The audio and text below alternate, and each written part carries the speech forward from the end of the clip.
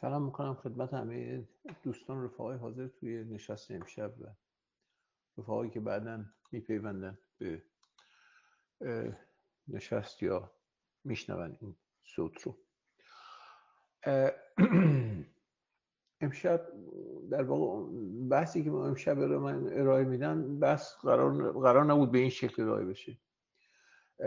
این مثل حاصل یه جنبندیه که توی یه مثلا نشستی از بین رفقای تدارک انجام گرفته و قرار بود این به شکلی بیانیه صادر بشه و این جلسه امشب قرار بود در واقع در اساس قرار بود که به عنوان یه جلسه توضیحی برای اون بیانیه به اصطلاح برگزار بشه.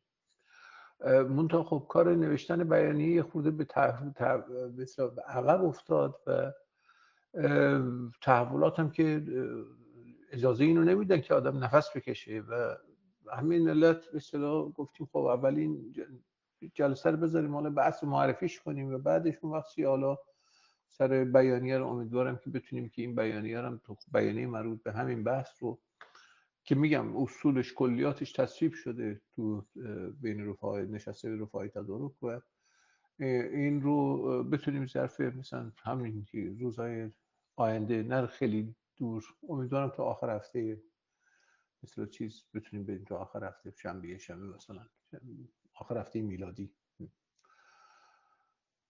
خب عنوان بحث علیه فاشیسم صهیونیستی، علیه امپریالیسم متجاوز و کارگزاران داخلیان و به سوی قدرت سگانه است. در واقع اساس مسئله اون این چیزیه که به اصطلاح قراره که به اصطلاح به تغییراتی که بعد از برگزاری برقراری آتش‌بس به وجود اومده و دور جدیدی که به اصطلاح مبارزه طبقاتی وارد شده این رو قرار بهش پاسخ بده. در واقع اساس بحث پاسخگویی به این وضعیت تغییر یافته است. ببینید چه وضعیت تغییر یافته ماجرا چیه چی نیست. اساس بحث اینه که در ایران یه قدرت دوگانه‌ای هست الان و این قدرت دوگانه خب جامعه رو یعنی جدال بین این دو چیزی که به عنوان زمانی دو جناح بود و جدال به اصطلاح فراکسیون‌های درون بورژوازی این حرفا بود الان در واقع یه قدرت دوگانه است و جدال و تقابل این قدرت دوگانه این اگر امتداد پیدا بکنه به اصطلاح جامعه رو به سمت انهدام میبره. اساس بحث اینه و امکان خروج از این وضعیت بدون چیه؟ بدون اینکه شما یه به اصطلاح قدرت سومی رو داشته باشی، یعنی یه قدرت سگانه مؤثر در اوضاع رو داشته باشی، امکان خروج از این وضعیت وجود نداره. اساس بحث اینه و اینکه چیکار باید کرد و به سمت این قدرت سگانه باید رفت. عنوان بحث هم همینه، به سوی قدرت سگانه. بعد توضیح میدم که چرا به سوی قدرت سگانه است و مثلا میشه گفت خب به سوی قدرت دوگانه چرا نیست، در مقابل قدرت مثلا فرض کنید دولتی چرا قدرت دوگانه نه، یا قدرت دیگری که چیه بتونه به اصطلاح اراده خودش رو اعمال بکنه تو سطح جامعه و چرا قدرت سگانه. این رو بعداً توضیح خواهیم داد. خب منتها قبل از اینکه وارد توضیحات بیشتر خود بحث بشیم بذارید یه بار دیگه مروری داشته باشیم به کل به اصطلاح این قضیه جنگی که تو این 12 روز واقع شد و ما یه بیانیه دادیم راجع بهش در این جنگ و بعدش هم قضیه آتش‌بس که برقرار شد به اصطلاح ما اونجا یه بحثی گذاشتیم خب که گفتیم که این بحث آتش‌بس چی هست و چی نیست، این حرفا آیا توازن جهانی نیست و فاکتورهای اینطوری رو وارد بحثش شدیم. اینا نکات کلیدی که تو بحث ما بوده و فکر میکنم که چیه الان وضعیتی هم که ما الان داریم در واقع امتداد اونه، منتها با یه تفاوتی توی به اصطلاح توی که ناشی از این تفاوت ناشی از تفاوتی که تو خود عرصه جامعه به وجود اومده تو همین مدت کوتاه چند هفته وجود اومده و به نظر من بحث ما یا سیاست ما روی کرده ما میبایستی این وضعیت متفاوت رو بازتاب بده و منعکس بکنه تو خودش. ببینید اساس بحث ما چی بود؟ اساس بحث ما این بود که این جنگی که واقع شد این جنگ فقط بر جنگ بین اسرائیل و ایران نبوده، این جنگ فقط جنگ بین آمریکا و ایران هم نبوده، که هم جنگ اسرائیل با ایران بود، هم جنگ آمریکا با ایران بود و هم جنگ کل غرب بود با به اصطلاح با ایران. برای چی؟ برای تو چارچوب به اصطلاح یه جنگ بزرگتری که تو سطح جهانی در جریانه. اساس بحث ما این بود دیگه، یعنی اون جنگ بزرگتری که تو سطح جهانی در جریانه بین دو قطب اصلی که یکیش غربه که علیرغم همه اختلافاتشون دو این جنگ بزرگ جهانی تو یه صف قرار دارن تا اینجا. خب ممکنه این صف بعدم بشکنه ولی تا اینجا تو یه صف قرار دارن و طرف دیگه مثلا این جدال بزرگ جهانی چین و روسیه است و اون چیزی که تحت عنوان جنوب جهانی معرفی شده. و اساس بحث ما این بود که این جنگ تو این مقطع زمانی و به این شکل آغاز شد ناشی از دو تحول پارالل بود یا موازی بود و اون دو تحول پارالل و موازی سیر تدریجی شکست کل ناتو در قضیه اوکراین بود.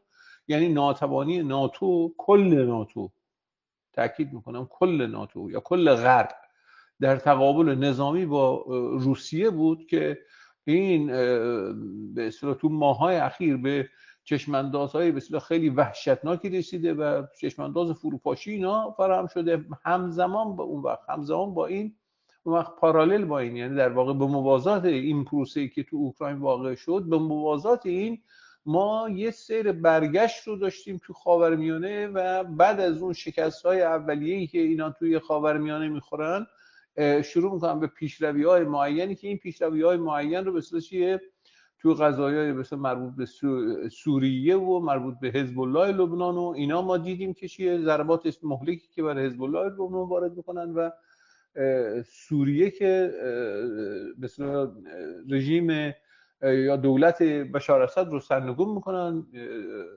و دستشاندهی خودشون القاعده رو میارن سر کار، هیئت تحریر شام میارن سر کار اینا. این پارالل به این شکل بود، یعنی توی اونجا تو منطقه خاورمیانه اینا اون نقطه ضعیف رو تشخیص دادن توی این حلقه زنجیره یا حلقه ضعیف رو تشخیص دادن توی این زنجیره جهانی کشورهای کشیه تو بلوک‌های مختلف دارن در مقابل یکدیگه سفارایی میکنن و حمله رو از این نقطه شروع کردن. علت پایه‌ای که حمله رو از این نقطه شروع کردن و علت پایه‌ای که اصلا خاورمیانه این نقطه ضعیف بود در تحلیل ما بورژوازی ایران بود و هست. یعنی علت پایه‌ایش قدرت اسرائیل نبود، اصلا به هیچ وجه قدرت اسرائیل نبود. بارها گفتیم و هنوزم تکرار میکنم که اسرائیل فاقد هر گونه عمق استراتژیکیه. یعنی با یک رقیب جدی، با یک دشمن جدی، اسرائیل به هیچ وجه من الوجود توان ایستادگی و توان مقابله نخواهد داشت. با آمریکا هم توان مقابله نخواهد داشت. این رو هم ما بارها بحثش کردیم که با آمریکا هم توان مقابله نخواهد داشت. یعنی خود آمریکا هم توان ورود به یه جنگ یا درگیری به اصطلاح سنگین رو تو سطح خاورمیانه نخواهد داشت. به این علت خیلی روشن که این رو میگم همیشه ما تاکید داشتیم روش، به این علت خیلی روشن که چیه ورود به چنین جنگی اگر قرار باشه همراه با تلفات سنگین باشه و این به معنای اینه که چیه پایان رسمی، در واقع اعلام پایان رسمی هژمونی آمریکا بر سطح بر مناسبات جهانی خواهد بود. یعنی معناش این خواهد بود. به همین علت این قدرت اسرائیل و آمریکا نیست که چیه که باعث شده که این حمله صورت بگیره. برعکس ضعف طرف مقابلش در اون چیزی که به اصطلاح به عنوان محور مقاومت و ایران که به عنوان ام القرای محور مقاومت به اصطلاح شناخته میشه، این ضعف این طرف بود که چیه این حمله رو ترغیب کرد و به اینجا رسوند وضعیت رو، اصلا امکان به اصطلاح بروز یه همچین وضعیتی رو داد، یعنی ورود به همچین وضعیت جنگی رو داد. این اساس بحث ما بود تا جایی که به علل چیز برمیگرد. خب اگر قرار باشه این به صورت چارچوب بحث، بنابراین اینجا صحبت بر سر نتانیاهو نیست که شما بگید نتانیاهو اگر بره بنگویر بیاد، بنگویر بره گانس بیاد، گانس بره گالانت بیاد، یکی دیگه بیاد، این حرفا قضیه تموم شده است. نه خیر، تموم شده نیست قضیه. این قضیه ادامه پیدا خواهد کرد. یعنی اینجا یه جنگ به اصطلاح بزرگیه که میگم این به عنوان یه حلقه ای از اون جنگ نبرد بزرگ یا اون جنگ بزرگ جهانی که در جریانه، جدال بزرگ جهانی که در جریانه، این حلقه تعیین کننده ایه و شما تو این حلقه تعیین کننده رو نمیتونی ولش کنی، نمیتونی به همین شکل هم بذاری. به خصوص چیه قضیه، اساس قضیه در واقع سر بود و نبود دیگه. یعنی ما از سالها قبل به این چیز رسیده بودیم که جنگ توی دوران معاصر ما به سمت جنگ های تصرف سرزمینی نمیره، به سمت حذف طرف مقابل داره میره. یعنی اینطوری نیست که مثلا فرض کن جنگ میکنن برای تصرف یه ایالت، مثلا فرض کن یه ادعای ارزی دارن برای فلان تیکه نوار مرزی. اینطوری نیست. جنگ بر سر چیه؟ بر سر تجدید آرایشه، بر سر بود و نبوده. یعنی به همین سادگی ماجرا. چون اساس ماجرا هم خب خیلی روشنه تو بحث ما. لااقل اساس قضیه اینجوری بوده که شما ورود به یک دوران نسبتاً مثلا با دوام رونق سرمایه‌داری بدون از بین رفتن ظرفیت‌های تولیدی، بدون از بین رفتن ثروت اجتماعی بشر تو به میزان قابل توجهی، چشم‌اندازش نیست. و به همین خاطر اون به خصوص اون بخش‌هایی که چیه، بخش‌هایی که توی این آرایش جهانی کنونی در موقعیت مسلط قرار دارن و بازندگان این تحول خواهند بود، اینها که غرب باشه، اینها چاره جز این ندارن که چاره جز این ندارن جز این که جنگ افروزی بکنن به این علت خیلی روشن که اگر وضعیت به همین شکل ادامه پیدا بکنه، اون بخشی از ثروت اجتماعی که نابود خواهد شد در خود این کشورها خواهد بود. یعنی اون بخشی که نابود خواهد شد برای اینکه سرمایه‌داری بتونه همچنان تو سطح جهانی با وارد یه دوره لااقل با ثباتی از رشد و شکوفایی بشه، لااقل به نسبتاً با ثبات، این به قیمت نابودی ثروت اجتماعی تو خود این کشورها خواهد بود. دلایلش روشن چیه؟ از ما فکر کنم روشن چیه. به چه دلایلی به اصطلاح موقعیت مسلطی که این سرمایه‌داری داشته و رشد و توسعه به اصطلاح تولید سرمایه‌داری به جایی رسونده این کشورها رو که چیه، اون بنیان‌های صنعتی این کشورها لطمات سنگینی دیده. در واقع صنعت منتقل شده به بخش‌های دیگر جهان و چون دقیقاً مسئله اینه که اون ابزارهای به اصطلاح سلطه‌ای که اینا داشتن تو بازار جهانی امکانی بهشون میداد که از طرق دیگری غیر از تولید صنعتی بتونن در واقع همون امتیازات رو و به مراتب بیشتر از اون رو حفظ کنن و کسب کنن و نگه دارن. و این از بین رفته و این چیزی که به اسم غرب بود و موتور به اصطلاح پیشرفت صنعتی جهان بود، امروز در موقعیتی قرار گرفته که قادر به رقابت با بقیه جهان نیست و تمام این چیزها رو داره از دست میده و بنابراین اون بخشی از به اصطلاح ثروت اجتماعی تو سطح جهانی که قراره از بین بره تا سرمایه‌داری بتونه خودش باز تولید بکنه، این در غربه. راه چاره چیه؟ جنگ افروزی و کشاندن به اصطلاح این شکست به عرصه‌های دیگه، یعنی از میدان بیرون کردن رقبای دیگر و به این ترتیب اون وقت چیه؟ حفظ موقعیت خود و حفظ به اصطلاح این برتری که توی آرایش کل جهانی است. این اساس بحث بود. حالا این تا جایی که به کل قضیه برمیگشت. بنابراین یک وجه ماجرا این تجدید سازمان کل نظام سرمایه‌داری تو سطح جهانی، این آرایشی که بین چیز هست، خب بین به اصطلاح خود از نقطه نظر تقسیم و بازارها، تقسیم مناطق نفوذ و غیره این حرفا هست توی سطح جهانی. این یک وجه قضیه بود. منتها وجه دیگری هم قضیه داشت و اون وجه دیگر باز به همین بحث به اصطلاح چیز برمیگرده، بحث به اصطلاح محدودیت هایی که یعنی اون محدوده‌ای که سرمایه‌داری تو پروسه انباشت خودش باهاش مواجه شده و بحثی که از بحران سال 2008 آغاز شد و از اون موقع به بعد از اون موقع به بعد این منجر به اصطلاح همراه با تکنولوژی‌های جدید این حرفا منجر به ایجاد گرایشات جدیدی تو سطح جهانی هم شد. مثلا فرض کنید یا گرایشاتی که ضعیف بودن منجر به تقویت این گرایشات شد، یا بخشن حتی انواع نوینی از اون گرایشات قدیمی رو به وجود آورد که این رو مثلا فرض کنید در رابطه با رمز ارزها، بیت کوین و بعد این کریپتو و این چیزها ما دیدیم که چگونه اینها اینا اون وقت متناظر با خود به اصطلاح این تکنولوژی‌های جدیدی که تکنولوژی‌های جدید در واقع غیر متمرکز بودن و این حرفا، گرایشات جدیدی هم رشد کردن و گرایشات لیبرتاریان رشد کرد تو سطح جهانی و یا آنارکو کاپیتالیسم ها رشد کردن و انواع اقسام جدیدی مثلا چیه گرایشات به اصطلاح نوینی که چیه بعد همراه با تشدید تضادها به سمت یک ارتجاع سیاسی از دو سو رفت و چه ارتجاع سیاسی فاشیستی به اصطلاح دست راستی و چه اون ارتجاع فاشیستی که چیه از دل اون جریان کینزی و به اصطلاح سوسیال دموکراتیک و بعد اینا در اومد، یعنی همون جریان دموکراتیک غربی در اومد که همه اینا به اصطلاح این تحولاتی بود که تو این مدت ما داشتیم.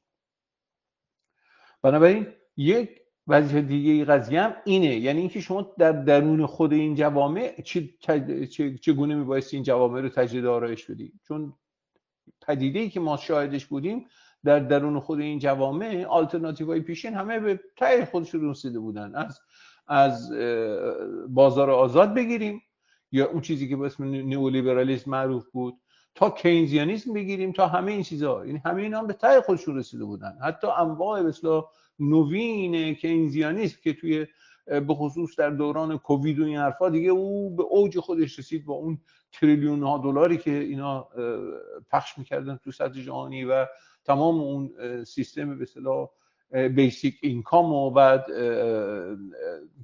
باز کردن مرزها و همه این چیزها اینا همه به ته خودش رسید و مسئله به اصطلاح مسئله سازماندهی مجدد خود جامعه هم در دستور کار قرار گرفت. یعنی اینطوری نیست که الان مثلا فرض کنید جدال بین این قطب‌های مختلف جهانی بر سر این باشه که فقط کی کدوم بازار رو به دست بیاره بدونی که چیه، بدونی که ساختارهای به اصطلاح اجتماعی درون اون جوامع چیه دچار تغییرات بشه. نه، خود اون ساختارها هم موضوع جداله، یعنی این به اصطلاح موضوع جداله.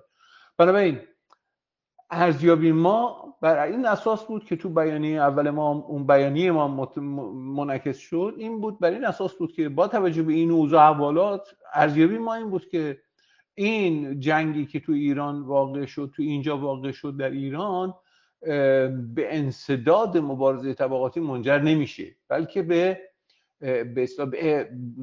انکشاف مبارزه طبقاتی منجر میشه. یعنی این در یک به اصطلاح چیزی رو باز میکنه، یه مجموعی از تضادها رو باز میکنه و حل این تضادها رو در دستور کار قرار میده. این ارزیابی ما بود.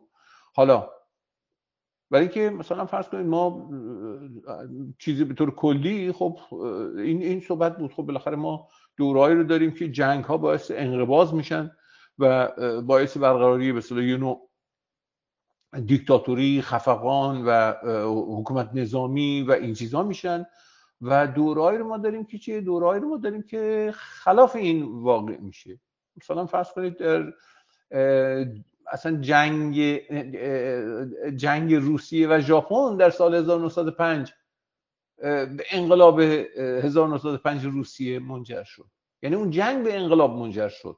شکست روسیه تزاری در مقابل ژاپن باعث شد چیه؟ یعنی خیلی جالبه، شما اینجا فقط روسیه تزاری نبود که از ژاپن شکست میخورد، دو نوع سامانی اجتماعی مختلف بود. یعنی شکست اون روسیه تزاری از ژاپن به مثابه شکست اون نظم سیاسی اجتماعی روسیه در برابر نظم سیاسی اجتماعی ژاپن و کشورهای به اصطلاح پیشرفته‌تر سرمایه‌داری تلقی شد و این خودش به اصطلاح یه موتوری شد برای چیه؟ برای اینکه اون انقلاب 1905 به اون شکلش در بگیره. بنابراین تأثیرات جنگ ممکنه چیه؟ خب متفاوته و قطعا متفاوت خواهد بود در هر موردی. ما ارزیابی ما این بود که در ایران اون وقت این اتفاق خواهد افتاد و ما با این جنگ به اصطلاح یک دور از بیشتر یه دور وارد یه دور از انکشاف مبارزه طبقاتی خواهیم شد. خب تصور ما هنگام به اصطلاح صدور بیانیه این بود که بالاخره این ممکنه یک کمی بیشتر طول بکشه، نه اینکه حالا 12 روز، حالا با 12 روز این تموم شد، اوکی بسیار خوب، ولی خطوط اصلی، همون خطوط اصلی اون وقت ادامه پیدا میکنه و اتفاقا با پایان به اصطلاح این به اصطلاح جنگ 12 روزه و شروع به اصطلاح این آتش بس، وقایع روزهای بعد نشون داد که اینطوری نیست. حقیقتا ما یک دور تشدید مبارزه طبقاتی رو شاهدیم و داریم میبینیم که چه این داره روز به روز اون وقت چه روز به روز اون وقت داره تشدید میشه. ببینید حالا اینجا برگردیم به چیز. بنابراین اساس قضیه اینه، ما در شرایطی قرار گرفتیم در ایران که مبارزه طبقاتی داره تشدید میشه، یعنی جدال همه جانبه‌ای تو عرصه‌های مختلف درگیره. همین الان ما صحبت میکنیم، نشستیم اینجا صحبت میکنیم، همین الان این جدال درگیری تو عرصه‌های مختلفی، توی به اصطلاح جبهه‌های مختلفی، یعنی همه جانبه به طور همه جانبه‌ای درگیره. ببینید حالا برگردیم به کل بحث چیز. ماجرا چیست؟ ما چرا گفتیم این قدرت به اصطلاح سگانه؟ برگردیم یه توضیح بدیم و بعد ببینیم این ترکیب نیروهایی که هستن چیه و چرا این قضیه باید به اصطلاح بحث قدرت سگانه نقشی توی این ماجرا خواهد داشت. ببینید اون چیزی که الان ما شاهدش هستیم توی ایران، خب یه صف‌بندی بین جریانات مختلف اجتماعی، جریانات بزرگ اجتماعی که در زمان جنگ ما 3 دسته‌بندی بزرگ رو تشخیص داده بودیم. یعنی فکر کردیم که لازمه راجبش حرف بزنه آدم. 3 دسته‌بندی بزرگ بود. یه دسته‌بندی در واقع اون یک گروه بندی بزرگ، اون گروه بندی بود که توی قضیه جنگ به این نتیجه رسید، یعنی به سرعت به این نتیجه رسید تو سطح جامعه و مسلط شد بر کل جامعه و اونم این بود که علیه این تجاوز امپریالیستی باید ایستاد. این جنگ رو به عنوان یه جنگ تجاوزکارانه تشخیص داد که باید علیهش بیسته. براش مهمم نبود که سپاه پاسداران داره موشک میزنه، ارتش داره موشک میزنه یا کی داره موشک میزنه، اصلا مهم نبود. بخش بزرگی از جامعه به این نتیجه رسید که در مقابل این به اصطلاح نیروی متجاوز باید بیسته و این رو به انواع اقسام به اصطلاح روش‌های مختلف نشون میداد، از همبستگی‌های گسترده توی سطح جامعه، از اینکه به اصطلاح در خونه‌هاشون رو باز بکنن برای کسایی که خونه‌هاشون آسیب دیدن، تا کمک به تا برقراری حتی به اصطلاح گشت‌های متحرک داوطلبانه برای پیدا کردن جاسوسا و خرابکارا و این حرفا. یعنی این اکثریت جامعه رو این تشکیل میداد. خب یه بخش بزرگی از جامعه هم، بخش بزرگ قابل توجهی از جامعه هم رفت توی سکوت، یعنی به خصوص توی الیت به اصطلاح سلبریتی، خب الیت سلبریتی و الیت بوروکراتیک و تکنوکراتیک، نه، یه بخش بزرگی از جامعه رفت تو سکوت و بخش کوچکتر جامعه که اون بخش برانداز افراطی جامعه بود منزوی شد، کاملا منزوی شد. این صف‌بندی بود که ما تو چیز داشتیم.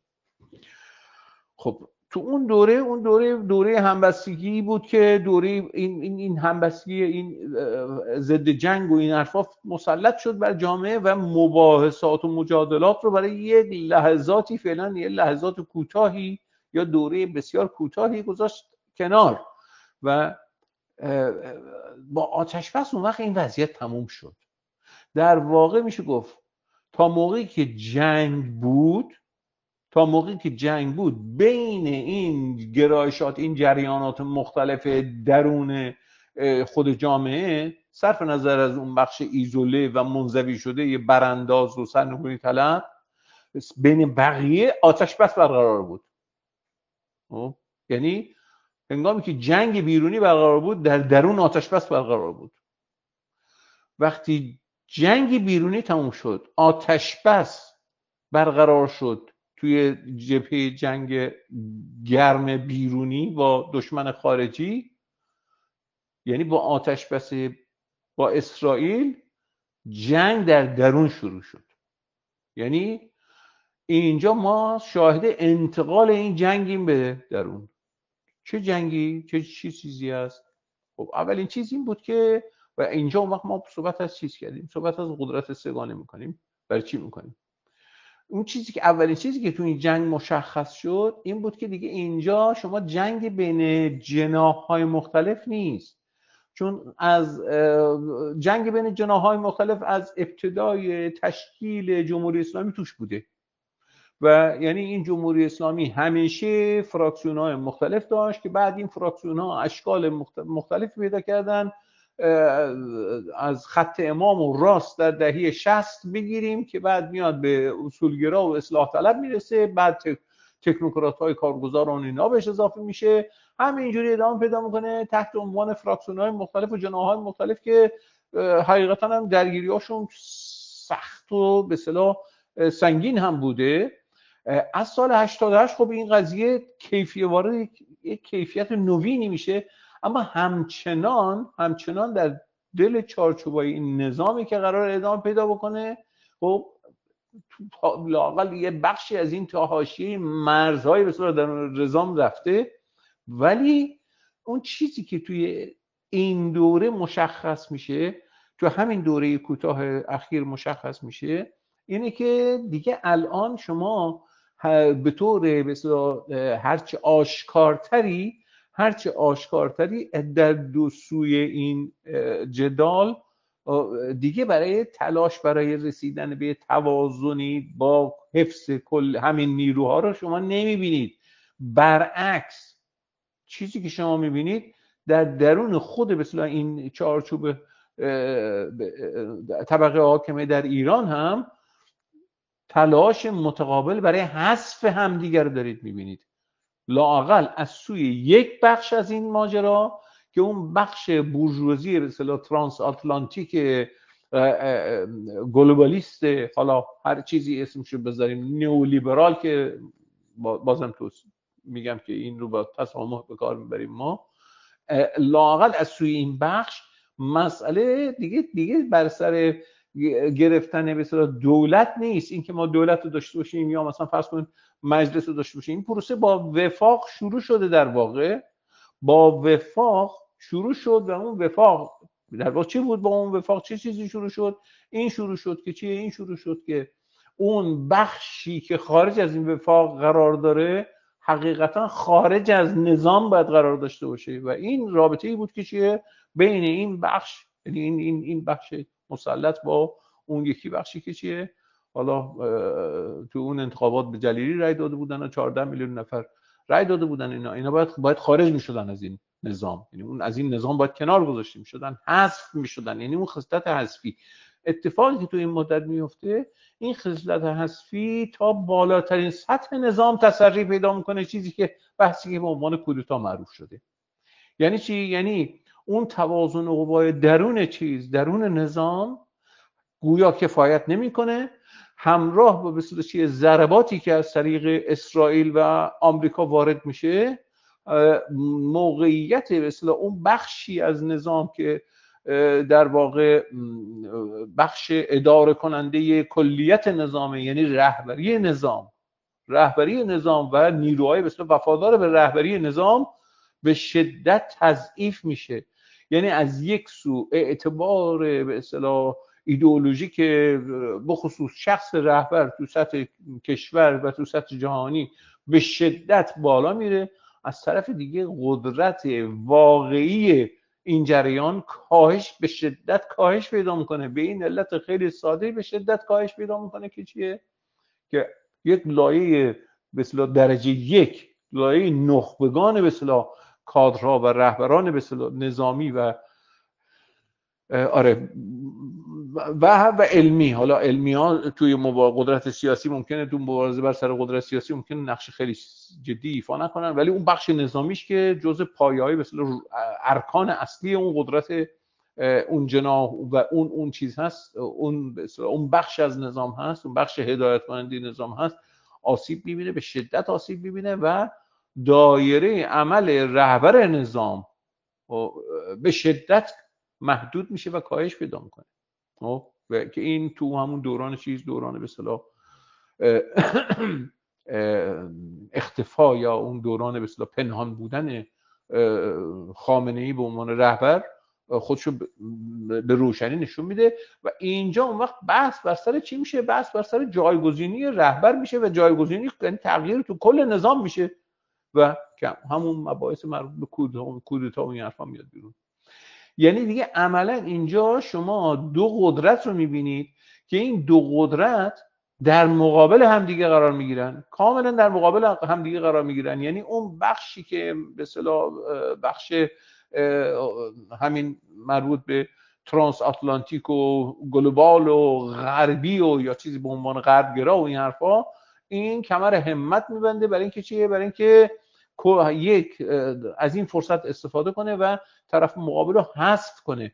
یعنی اتفاقی که میفته چیزی که از مدتی قبل، یعنی از در وقایع مربوط به ترور هنیه، بعد ترور سید حسن، وقایع سوریه، تمام این دوره ما شاهدش بودیم. یعنی چی؟ یعنی اینکه اون قدرتی که چه در درون خود نظام مانع به اصطلاح اعمال اراده کلی نظام میشه، یعنی مانع اعمال اراده میشه و نظام رو به فلج میکشونه. کاری که توی اون دوره صورت گرفته بود. ولی مسئله اون وقت اینه که این دوره‌ای که این صورت میگیره در واقع حتی پیش از روی کار آمدن پزشکیان همین بوده. یعنی این جریان از نقطه نظر قدرت اجرایی، قدرت به اصطلاح گرداندن سازمان دولت و سازمان مالی و رسانه‌ای، خب این جریان مسلطه و از پیش از حتی روی تسخیر دستگاه دولتی اراده خودش داره تحمیل میکنه و بعد با در اختیار گرفتن این دستگاه دولتی دیگه رسما ثابت میشه. چجوری ثابت میشه؟ برای اینکه با پروژه وفاق اون اتفاقی میفته که چیه؟ تو سطح نهادهای رسمی قانونگذاری و به اصطلاح اجرایی و اینا عملاً قوه اجرایی و قوه مقننه تو یه صف قرار میگیرن. اون وفاق بزرگ به وجود میاد، میمونه بخشایی از چی که قوه قضاییه که داره باش همراهی میکنه، بخشایی از دستان نظامیان که هنوز همراهی نمیکنن ولی با این حال حالا کجدار و مریض دارن رفتار میکنن. به هر صورت اینجا شما یه قدرت دوگانه‌ای رو دارید میبینید که این دو سیاست کاملا متقابل با هم دیگه، مخالف با هم دیگه رو دارن اعمال میکنن و با آتش بس این دو سیاست به شکل انفجاری میزنه بیرون و الان مباحث شما دارید میبینید. یعنی قضیه به این شکلی که شما از یک سو خب این به اصطلاح طرفداران اون به اصطلاح چیز اسلامی رو میبینید، اون مردم سالاری اسلامی یا اون به اصطلاح فراکسیون حول رهبری نظام رو میبینید که این طرف مقابلشون رو به جاسوسی برای اسرائیل، به جاده صاف کن بودن اسرائیل، به این چیزا رو متهم میکنن. از این طرف دیگه هم شما اونا این وریا رو ببینید، اون وریا رو ببینید که این وریا رو دارن متهم میکنن به همچین چیزی. و نکته اساسی اون وقت اینه، نکته اساسی اینه که هر دو طرف اون وقت با پلتفرم‌های اجتماعیشون اومدن. یعنی هر دو طرف متوجه این هستن که پاسخ به مسئله فقط در پاسخ به مسئله جنگ نیست، فقط در پاسخ به مسئله مذاکره یا عدم مذاکره، آتش بس یا عدم آتش بس، فقط در پاسخ به اینها نیست، بلکه پاسخ مسئله در کل پکیج اجتماعی که طرفین دارن ارائه میدن. یعنی شما میبینید که همین الان دارن تعاریف جدیدی از امنیت ارائه میدن. شما میبینید آقای حسین مرعشی مثلا از معیشت چیز حرف میزنه به عنوان به اصطلاح چیه، به عنوان از آزادی زندانیان سیاسی حرف میزنن، از معیشت حرف میزنن، از فلان حرف میزنن. یعنی کاملا از خصوصی سازی، در واقع خصوصی سازی صدا و سیما، یعنی آزادسازی رادیو تلویزیون حرف میزنن، چون در ایران ممنوعه دیگه، رادیو تلویزیون فقط میتونه چیز داشته باشه دیگه، انحصار دولت دیگه، صدا و سیماست. خب و از این حرف میزنن که خصوصی سازی یعنی عین همون به اصطلاح چیه، عین همون تهاجمی که ما توی غرب دیدیم با همراه به اصطلاح تشدید این تظاهرات، این در ایران هم به سرعتی داره میزنه بیرون. در طرف مقابل وقت شما چی میبینید؟ طرف مقابل این چیزی که هست، در طرف مقابل شما یه مجموعه ای رو میبینید، مجموعه نامتجانسی رو میبینید که این مجموعه نامتجانس تمام به اصطلاح اشتراکش در اینه که چیه؟ اشتراکش فقط در اینه که با اون جریان پروغربی همراهی نمیکنه. همین، این کل اشتراکشه، بیش از این دیگه چیزی نیست، بیش از این دیگه چیزی نیست. کلا در چه چارچوبی خودش رو تعریف میکنه این طرف مقابل خودش رو کلا در این چارچوب تعریف میکنه که در چارچوب اصلا عمومی محور مقاومت تعریف میکنه و در چارچوب عمومی نظام خودش رو تعریف میکنه. فارغ از این که چیه، یعنی فارغ از این که چه پاسخهایی رو ارائه میدن. پاسخها کاملا متفاوته. به طور مثال مثلا شما الان خیلی جالبه این مسئله، شما الان برید نگاه کنید میبینید که مثلا فرض کنید عطا بهرامی که طرفدار به اصطلاح آزادسازی نرخ دلار و بعد همه این چیزا بوده و کاملا آزادسازی بازار آزاد و همه اینا داره به اصطلاح، یا مثلا فرض کنید این حذف سوبسیدا و همه اینا. خب عطا بهرامی اون وقت با علی علیزاده که مثل کارد و پنیر داشتن با هم دیگه می‌جنگیدن تا مدتی قبل، اینا توی صف قرار گرفتن. الان عطا بهرامی علی علیزاده رو به اصطلاح توییتش رو ریتوییت میکنه، علی علیزاده هم عطا بهرامی رو ریتوییت میکنه.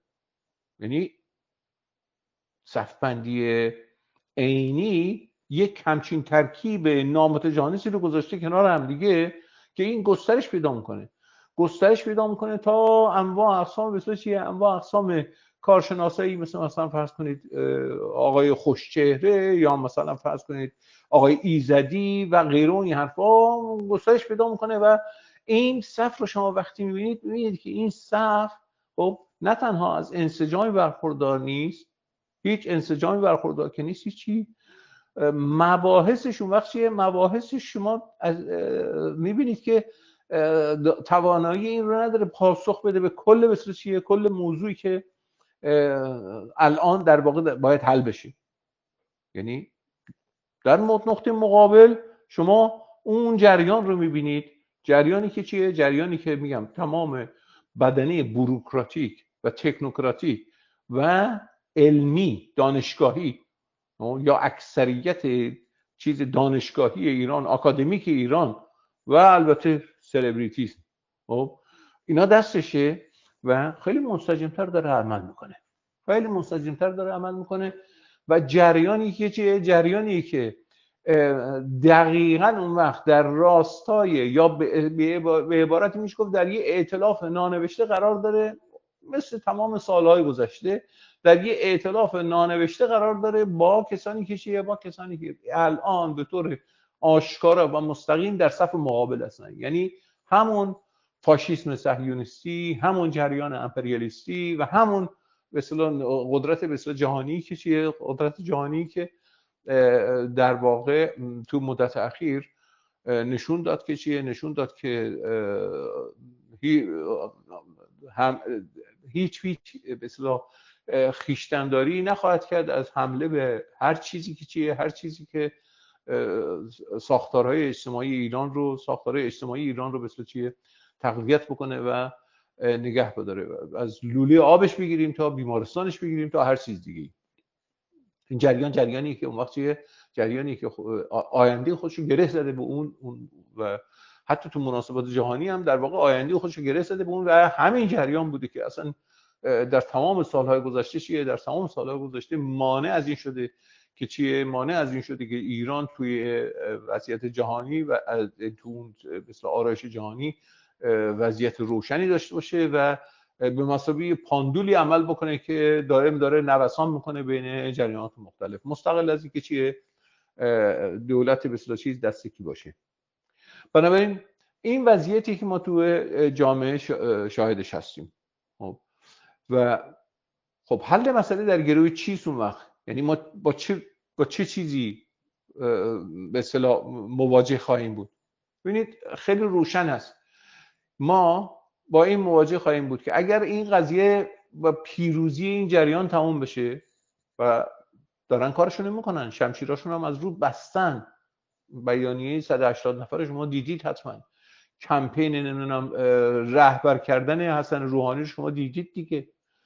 یعنی اگر اینا بتونن موفق بشن و همه زمینه ها و امکانات موفق شدن رو دارند، پوینت اینه، مسئله اینه که امکانات موفق شدن رو در دست خودشون دارن. اینا چرا؟ کدوم امکانات موفق شدن رو دارن؟ گفتم بوروکراسی دولتی دستشونه، تکنوکراسی دستشونه، رسانه ها دستشونه و نه فقط رسانه ها در داخل، اینا ابزاراشون در داخل کشور، در خارج از کشور هم ابزارها به اندازه کافی ابزارهایی هست که به اینا یاری برسونه.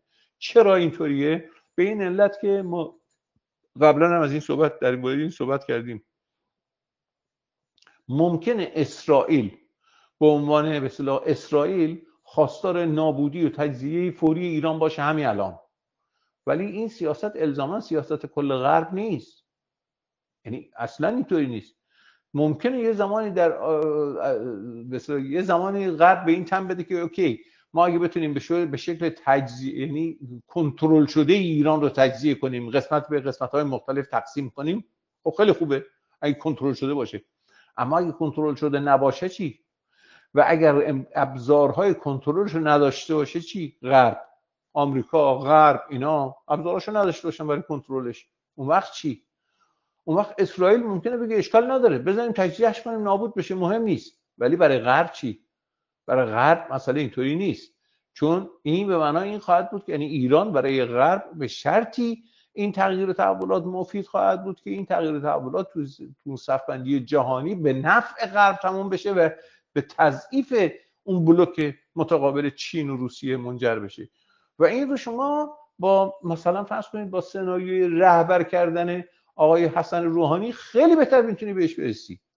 یعنی شما حسن روحانی رهبر بکنی مثلا، حالا به عنوان سناریوی فرضی، یا موقعیت همین پزشکیان رو، همین رئیس جمهور کودن این رو بخوای شما به عنوان یه رئیس جمهور موقعیتش رو تثبیت بکنی و قدرتش رو افزایش بدی تو اونجا، اگه بتونی تو این نقش ایفا بکنی که اینو بتونن با رسانه‌هاشون بکنن، خب به نفعشونه، خیلی به نفعشونه، برای اینکه هدف اصلی تامین شده است اون وقت، یعنی کنار زده اون به اصطلاح اون بخش دیگر از قدرت. و این چیزی که در واقع به طور بلاواسطه‌ای میتونه خیلی کمک بکنه به پیشبرد اون پلن بزرگ، اون ماستر پلن بزرگی که تو سطح جهانی اینا دنبالش هستن، برای اینکه جلوی به اصطلاح اون وضعیت عروج به اصطلاح کشورهای بریکس و شانگهای و این حرفا رو بگیرن. و تو حاشیه البته همین الان هم شما نگاه کنید توی نشریات به اصطلاح غربی، اینجا اونجا زمزمه افول بریکس هم همین الان شروع شده که افول بریکس و این حرفا، چون در واقع خیلی ها حمله به ایران رو در واقع به عنوان حمله به بریکس هم تلقی میکنن. به هر صورت اون طرف قضیه ماجرا اینه، خب یعنی به همین سادگی ماجرا و تواناییش دارن، امکانش هم دارن. مسئله اینه که این طرف قضیه از امکانات لازم برخوردار نیست، برای اینکه نه از امکانات مالی و نه حتی از امکانات قانونگذاری برخورداره، چون در واقع پروژه وفاق چیزی جز این نبود جز همراهی بخشی از اون بدنه نظام که مربوط به حتی تا دل نظامیان هم میرفت این حرفا، با همین پروژه‌ای که مثلا این جریان در دستور کار قرار داده. در نقطه مقابل اون وقت شما چی داری؟ در نقطه مقابل شما اون جریان گسترده رو داری که صحبتشو کردیم.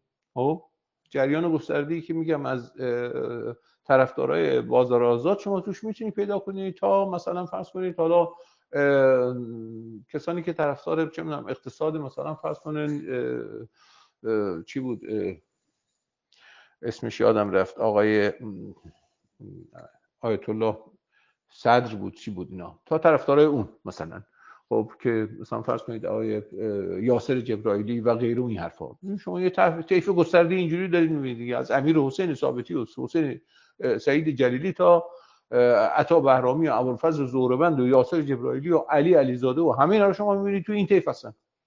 پاسخ مشترک این طیف هم چیه؟ پاسخ مشترک این طیف در واقع گفتیم که اون عقب زدن اون جریان در درون حاکمیته. چه جوری؟ و شما اگه نگاه بکنید می‌بینید که تمام تلاش این طیف برای ایجاد اصلاحات در ساختار خود حکومته. یعنی اینا نقطه مشترکشون اینه، یعنی ساختارهای خود حکومت رو چجوری میخوان این ساختارهای حکومت رو به اصطلاح تغییر بدن و متناسب بکنن با وضعیت کنونی با فرض کنید بحثی که مباحثاتی که الان در مورد نفوذ را انداختند که اگه دقت کنید ببینید به خصوص واژه کلیدی در واقع هر دو طرف توی جدال با هم دیگه واژه نفوذ دیگه، هر دو طرف هم دیگه رو متهم میکنن به اینکه نفوذ کرده برای چیز که خب از این طرف مقابل خب بحث بر سر نفوذه. یعنی شما اگه نگاه بکنید یه خورده به کل قضیه نگاه بکنید میبینید که تو بحثی که تحت عنوان نفوذ اینا داره مطرح میشه، اون چیزی که داره از دید پنهان میشه اون به اصطلاح اون کارکرد اجتماعی و اقتصادی و در واقع ساختاری نیروی طرف مقابله و طرف مقابل به عنوان نیروی نفوذی که اصطلاح تلقی میشه. چیزی که بحثی که هادی معصومی زاره دیگه به اوج خودش رسونده و میگه که چیه؟ میگه که بهترین ویروسیه که توی آنتی ویروس باشه و نفوذ میگه الان خودش در واقع خودش جزء شبکه قدرته، یعنی مثل ویروسیه که توی آنتی ویروسه. بنابراین این پیدا کردن نفوذ، خب این خب فاکتورهای متعدد بالاخره سوالهای متعددی هم هست دیگه. بله مثلا فرض کنید کی مکان سرداران رو لو داده و غیره این حرفا که میگن بله اون گل محمد افغان که نمیتونه مکان به اصطلاح سرداران رو لو داده باشه، بنابراین در درون خود دستگاه باید کسایی این رو لو داده باشن که البته اینطوریه، در درون دستگاه اینا کسایی اینا رو لو دادن. ولی مسئله اساسی اینه که چیه؟ مسئله اساسی اینه که معضل گرهی مبارزه به اصطلاح طبقاتی در ایران و معضل گرهی اصلا ساختار دولت، رابطه دولت و جامعه در ایران در این نیست که چه کسانی مکان سرداران رو لو میدن، در اینه که چگونه چه سیستمی چه به اصطلاح مناسباتی باعث شده که چیه اصلا این جریانات شکل بگیرن در درون یه چیز، در درون به اصطلاح یه دستگاه دولتی. مسئله این نیست که اینها نفوذ کردن در درون دستگاه دولتی، مسئله اینه که بورژوازی ایران در دوره 30-40 سال اخیر جهتگیریش تغییر کرده، جهتگیریش از یه جهتگیری به اصطلاح به سمت اسلام در دوران دهه 50 زمان شاه بعد از نیم قرن تغییر پیدا کرده و رفته به سمت چی؟ به سمت یه چیز دیگری، رفته به سمت چیز دیگری.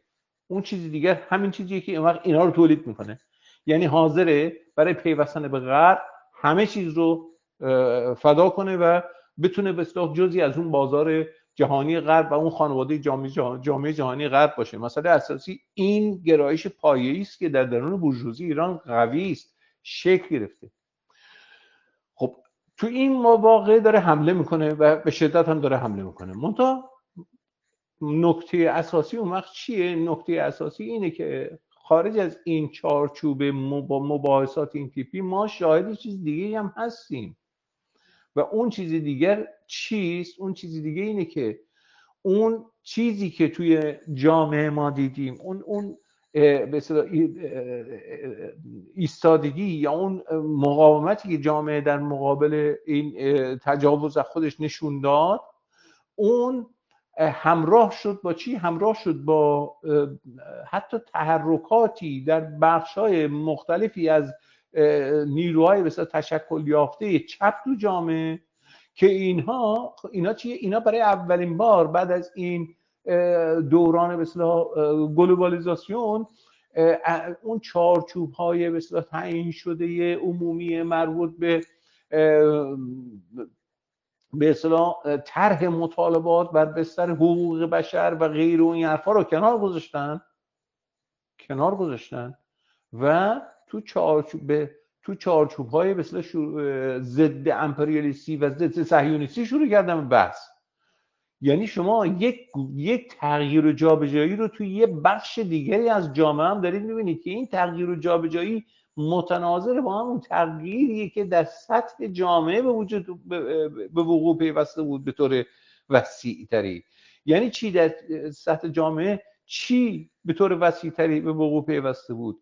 اون چیزی که در سطح جامعه به وقوع پیوسته بود توی سالهای گذشته، اولا خب سیر به اصطلاح فقیر شدن بخش وسیع‌تری از طبقه متوسط یا خرد بورژوازی شهری این بود که به وقوع پیوست توی سالهای گذشته و بعد اون به اصطلاح تجربه‌ای که چیه؟ تجربه‌ای که تمام این بخش، تمام این طیف اجتماعی گره زده بود موقعیت زندگی خودش رو به یک توهمی که چیه؟ این توهمی بود به اسم حقوق بشر، دموکراسی و غیره که توی اوجش دیگه در جنبش زن زندگی آزادی بود.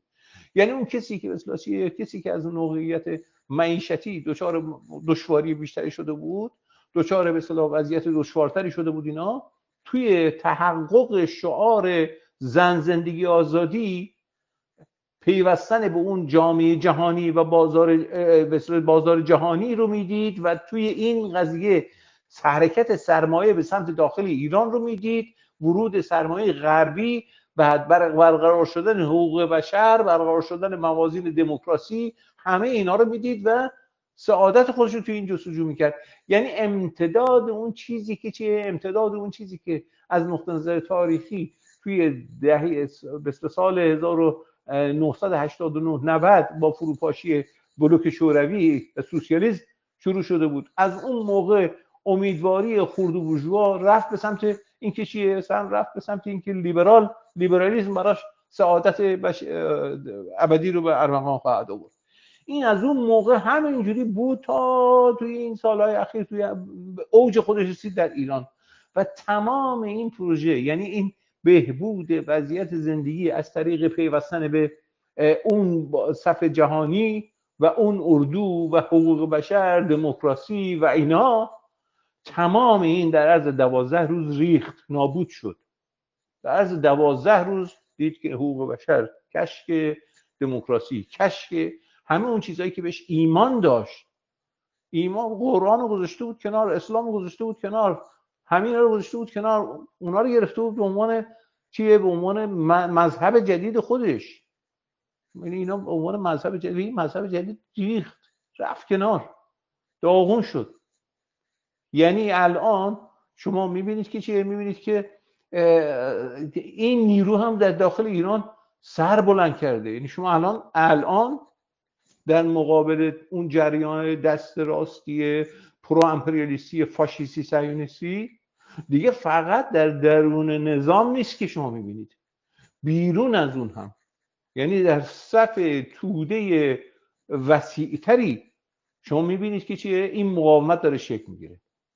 بنابراین برگردیم حالا به یه جنبندی بکنیم و بریم روی گفتگو و صحبت این حرفا. بنابراین مسئله اساسی امروز چیست در ایران؟ ببینید مسئله اساسی امروز در ایران دو تا مسئله اساسی است.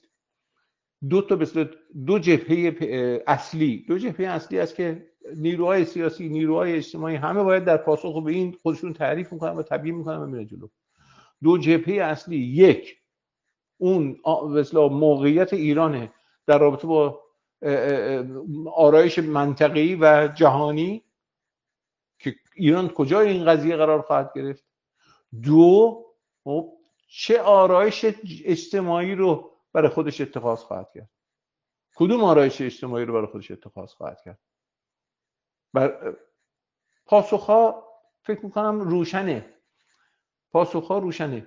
از یک سر شما نیرویی رو میبینید که این نیرو پاسخش توی صف‌بندی منطقی جهانی اینه که بپیوندیم به اون صفحه به اصطلاح چیه؟ صفحه در واقع امپریالیستی و فاشیستی صهیونیستی، بپیوندیم به اون. از نقطه نظر سیاسی یه همچین بین‌المللی یه همچین گرایشی رو داره. از نقطه نظر داخلی اون وقت گرایش به لیبرالیسم، یعنی لیبرالیسم رو مسلط کنیم، خصوصی سازی رو گسترش بدیم. این چیزیه که پاسخی که طرف مقابل داره. و اون وقت همراه با این چیه؟ همراه با این وعده این رو میده که چیه؟ وعده این رو میده که ما وضعیت معیشتی رو باید بهبود بخشیم و غیره اون حرفا. و در این حال چیه؟ در این حال اون وقت تمام اون رفرم ها و اصلاحات مربوط به بازار آزاد که چیه؟ قیمت سوخت و سوبسیدا و اینا رو باید از بین ببریم و سوخت و این حرفا رو هم باید یواش یواش قیمتش جهانی بکنیم و غیره. اون حرفا بحثایی که میشناسیم. و این یک پاسخه و این شانس موفقیتش کم نیست، زیاده. شانس موفقیتش زیاده به دلیل اون اهرمایی که میگم، اهرمایی که در اختیار داره. و این بدترین چیزیه که میتونه برای جامعه ایران اتفاق بیفته. بدترین چیز برای جامعه ایران و برای کل منطقه میتونه به اتفاق بیفته. فعلا این جریان هنوز تو موقعیت به اصطلاح برتر قرار نداره و تا اینجا چیه؟ تا اینجا اون وقت هنوز به اصطلاح با مقاومت‌های شدید روبروه، ولی از اهرم‌های بسیار بسیار نیرومندی برخورداره برای اینکه چیه؟ برای اینکه بتونه این کفه رو به نفع خودش برگردونه. این یه طرف قضیه است. درست. طرف دیگه قضیه گفتم نیروییه که غیر منسجمه در درون به اصطلاح خود همین نظام و طبقه حاکم و این حرفا، نیرویی که در مقابلش قرار داره تو چارچوب محور مقاومت. و این چارچوب محور مقاومت و این نیرو وقت از فاقد هر گونه چیه؟ هر گونه انسجامیه، فاقد هر گونه قدرت تاثیرگذاریه، فاقد هیچ، یعنی هر گونه سازمان تاثیرگذاریه. یعنی شما یک نشریه با نفوذ نمیتونید پیدا کنید توی این جریان. نیست. یک سازمان با نفوذ شما نمیتونید پیدا بکنید توی جریان. تمام نهادهای اجتماعی از قبیل چه می‌دونم خانه کارگر، اتاق بازرگانی، همه اینا در اختیار ایناست، در اختیار اون طرف مقابل. این طرف هیچ، یعنی چیز تتمه‌ای از یه چیزی مونده که به اصطلاح چیه که داره تلاش میکنه حالا که تحت عنوان محور مقاومتی حرفا. بنابراین شما این قدرت دوگانه رو داری و این قدرت دوگانه سرنوشتش روشن است. چیست؟ راه حل چیه؟ پس راه حل چی میمونه؟ به نظر من اگر، یعنی این بحثیه که میگم حالا ما امیدواریم بیانیه‌اش رو بتونیم زود بدیم، اگر این وضعیت رو ما نتونیم، تو این وضعیت ما نتونیم به سمت یه قدرت سگانه بریم، یعنی بپذیریم که آقا جان در ایران قدرت دوگانه حاکمه، یعنی این قدرت دوگانه هم خواهد بود، فعلا خواهد بود، ممکنه بعد تصفیه بشه و این جریانات یه جریانی اون جریان دیگر رو حذفش بکنه، یک دست بشه. این قدرت حاکم و این حرفا ممکنه یک دست بشه. در اون صورت شما با یه دولت یک دست، یک ماشین آپارات یک دست مواجه خواهی بود. الان چنین وضعیتی نیست. شما با یه آپارات، یه دستگاه دولتی دو تیکه، دو پاره مواجه هستی، یعنی میگم یه قدرت دوگانه. تو این وضعیت هیچ راه دیگه ای شما نداری جز اینکه یه قدرت سگانه به وجود بیاری. یعنی شما بتونی یک جبهه‌ای رو تو سطح جامعه به وجود بیاری، یک مجموعی از نیروها رو تو سطح جامعه به وجود بیاری، یک همگرایی رو تو جامعه، تو سطح جامعه به وجود بیاری که این همگرایی، این مجموعه نیروهای همگرا بتونه چیه؟ بتونه اون فشار اجتماعی رو ایجاد بکنه. فشار اجتماعی برای چی؟ برای یک، جلوگیری، ممانعت از مثل اون پیشروی و تعرض این جریان به شدت ارتجاعی پروفاشیستی، صهیونیستی، پرو امپریالیستی که اسمشو میذاره لیبرال یا هر چیز دیگری، تکنوکرات، لیبرال، سلبریتی یا هر چیز دیگری. یک، این رو بتونه باش مقابله بکنه و لبه تیز به حمله شو بذاره رو این. دو، اون وقت همراه با این و پارالل با این پیوند بزنه تمام به اصطلاح اون چیزایی رو که مطالباتی رو که مربوط به معیشت و زندگی توده کارگرانه به این افق وسیع‌تر چیه؟ به این افق وسیع‌تر مبارزه منطقه‌ای و علیه به اصطلاح چیه؟ علیه این امپریالیسم و علیه این چیز فاشیستی و این حرفا و علیه چیه؟ و علیه بازار آزاد علیه خصوصی سازی، علیه بازار آزاد. یعنی این کاریه که باید کرد و برای این کار اون وقت چیه؟ برای این کار حقیقتا شما بسی اون وقت یعنی همچین نیرویی حالا باید بشینن، بالاخره باید میشینن اگه زمینه‌های بحثش فراهم بشه، بالاخره باید نیروهای اجتماعی که هستن تو این تو این جهت فکر میکنن، تو این جهت حرکت میکنن، اینا باید بشینن سرکله بزنن، راهاشو پیدا کنن. برای اینکه چیه؟ برای اینکه حقیقتا کدوم محورها، کدوم به اصطلاح اقدامات رو باید فشار بیارن و چه تغییراتی رو در درون همین نظم موجود باید بتونن سرمنشأش بشن. یعنی چی سرمنشأش بشن؟ یعنی اینکه این تغییرات در دل همین نظم موجود باید شکل بگیره. یعنی اینکه اگر قرار باشد امروز دوباره بگن آقا فلان کارخونه سایپا مثلا یا چه میدونم یک کارخونه دیگه ای که 50 سال پیش مصادره شده رئیسش فرار کرده الان بیاریم اینو خصوصی بکنیم، اینا بتونن جلوشو بگیرن. باید بتونن جلوشو بگیرن. یا برعکس تو حل مسئله مسکن یا هر چیز دیگه ای، مسئله اساسی اینه که این جریان به عنوان یه جریان، یه هویت متمایزی از اون دو جریان بتونه در واقع تغییرات لازم رو توی جامعه به وجود بیاره یا نیروی فشاری رو تو سطح جامعه به وجود بیاره که این نیروی فشار از یک سو میگم ممانعت بکنه با از تحول ارتجاعی که اون جریان پروفاشیستی، پرو امپریالیستی به اصطلاح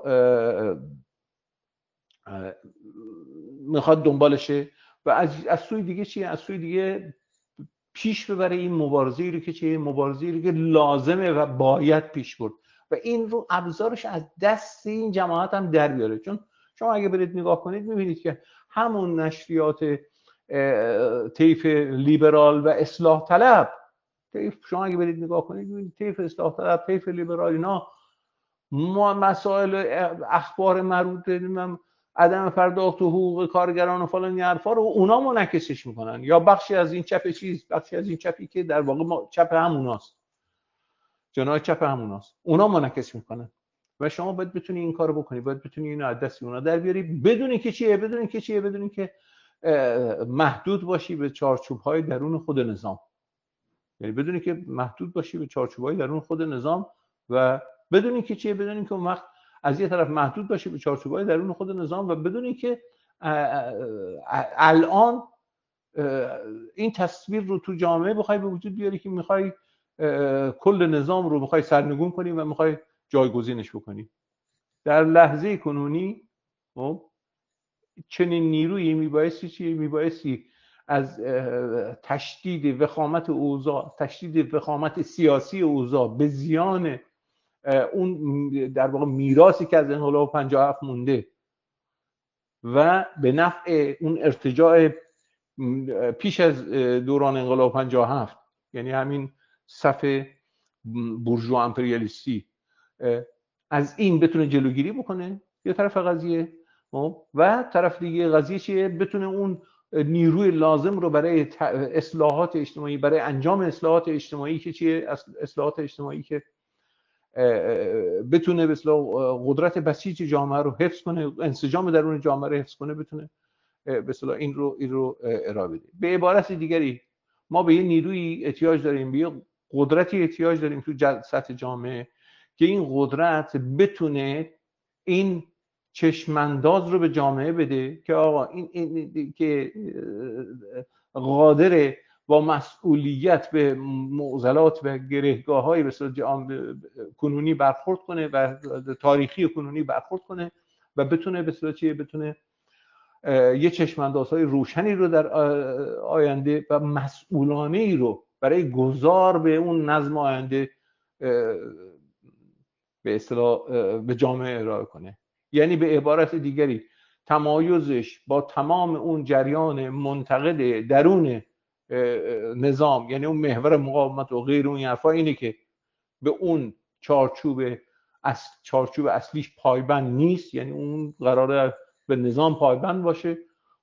این قدرت سوم، این قدرت سگانه در واقع، یا سومین قدرتی که قراره شکل بگیره، باید نشون بده که به این موازین پایبند نیست. در این حال چیه؟ در این حال از به اصطلاح از اسلوب ها، از به اصطلاح ماجراجویی ها، از کثافتکاری هایی که چیه جریان برانداز و سرنگونی طلب در دستور کار خودش میذاره، از اونها هم به اندازه کافی فاصله داره و با مسئولیت داره به این دوره گذار نگاه میکنه. مسئله اساسی اینه. خب شما بالاخره جمهوری اسلامی با این وضعش دوام نخواهد داشت. مسئله اینه که شما چگونه میبایستی این دوره گذار رو ببری جلو، و این دوره گذار، این قدرت سومی که قرار باید شکل بگیره و آینده هم فکر میکنم به این مربوطه، باید شکل بگیره. این قدرت سوم باید بتونه نشون بده که چیه؟ نشون بده که توانایی هدایت جامعه رو از در دل این دوران گذار داره. یعنی هدایت کنترل شده جامعه بدونی که چیه؟ بدونی که یا با کمترین زیان ها و کمترین خسارت ها. این کل بحثه که حالا امیدوارم لااقل رؤوسش رو درست ترک کرده باشم. رفقای دیگه اگر نکاتی بود که بهش اضافه بکنم میتونن اضافه بکنن و من بحثم رو تمام میکنم. برای که خیلی ممنونم، تشکر میکنم از شما و حوصله کردین، گوش کردین. امیدوارم که بحث‌های خوبی در بگیره دیگه. همین. مخلص همین رفقا.